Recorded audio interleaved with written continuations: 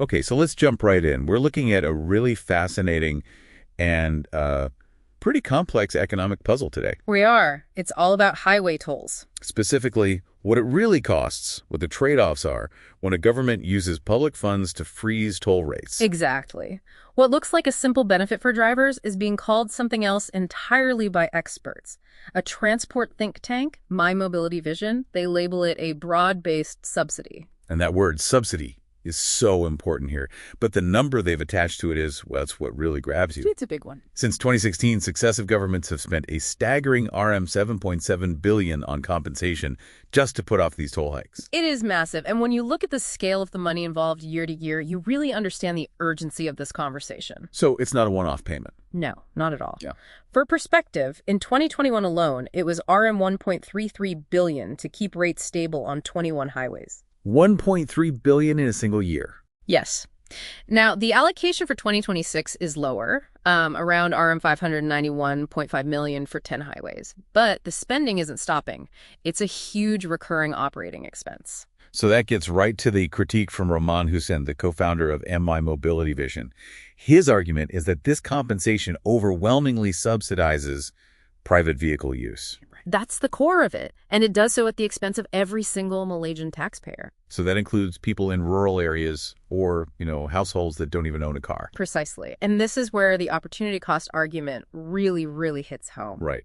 What could that RM7.7 billion have been used for instead? Well, the sources suggest it could fund thousands of additional daily bus trips in major urban corridors. Or, and this is so critical, it could massively expand feeder services. Ah, the first and last mile connections. The very things that make public transport a genuinely viable option for working households. Without them, people are forced to drive. And this isn't just a think tank's view. There are political perspectives here, too. There are. Datuk Abziz Kaprawi, a former deputy transport minister, is quoted as saying these measures have, and I'm quoting here, no long-term benefits. So it's a short-term political win that only makes a small section of society happy. That's the argument. But the financial mechanism is even more complex. Yeah, this part in the sources was a bit confusing. The government notes that 12 out of 33 highway concessions actually recorded losses in 2024. Right. So you'd assume this money is just propping up the failing ones. But it's not, is it? No, and that's the key financial nuance.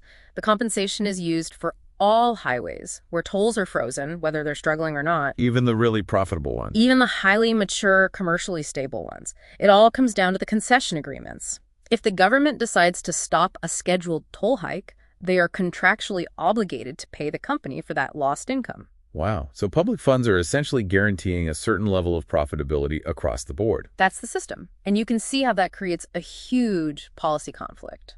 Because the National Transport Policy's stated goal is to reduce our dependence on private vehicles. Exactly. Yet here we are, spending billions of ringgit in a way that, according to the sources, is completely counterproductive to that goal. It just encourages more driving. So the solution being proposed seems, well, pretty logical then. It is. Stop focusing on stabilizing toll rates and start investing in what actually works. Higher frequency bus services, better feeder networks. And that first and last mile infrastructure that we keep coming back to. Address the practical reasons people drive in the first place. Things like reliability and convenience.